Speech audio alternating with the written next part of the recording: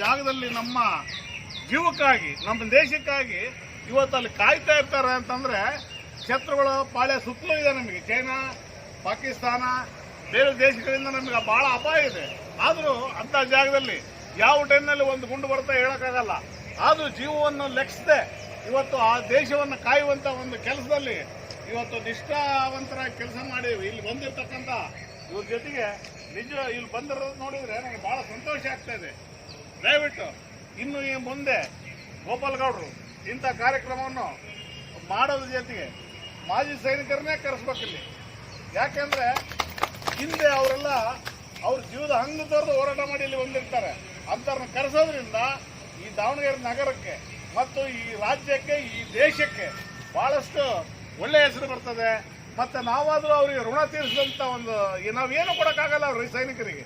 ಆದರೆ ಈ ಮೂಲಕವಾದರೂ ಅವರಿಗೆ ಒಂದು ಋಣ ಸಂದಾಯ ಮಾಡ್ದಂಗೆ ಆಗುತ್ತೆ ಅಂತ ನಾನಾದರೂ ಹೇಳ್ತಾ ಇಲ್ಲಿ ಬಂದಿರ್ತಕ್ಕಂಥ ಎಲ್ಲರಿಗೂ ನನಗೆ ಮಾತಾಡ್ಲಿಕ್ಕಂತ ಅವಕಾಶ ಕೊಟ್ಟರಿಗೆ ತಮ್ಮೆಲ್ಲರೂ ನಮಸ್ಕಾರ ಮಾಡ್ತಾ ನನ್ನ ಎರಡು ಮಾತು ಮುಗಿಸಿದ್ರೆ ಜೈ ಹಿಂದ್, ಜೈ ಕರ್ನಾಟಕ, ಜೈ ಭುವನೇಶ್ವರಿ.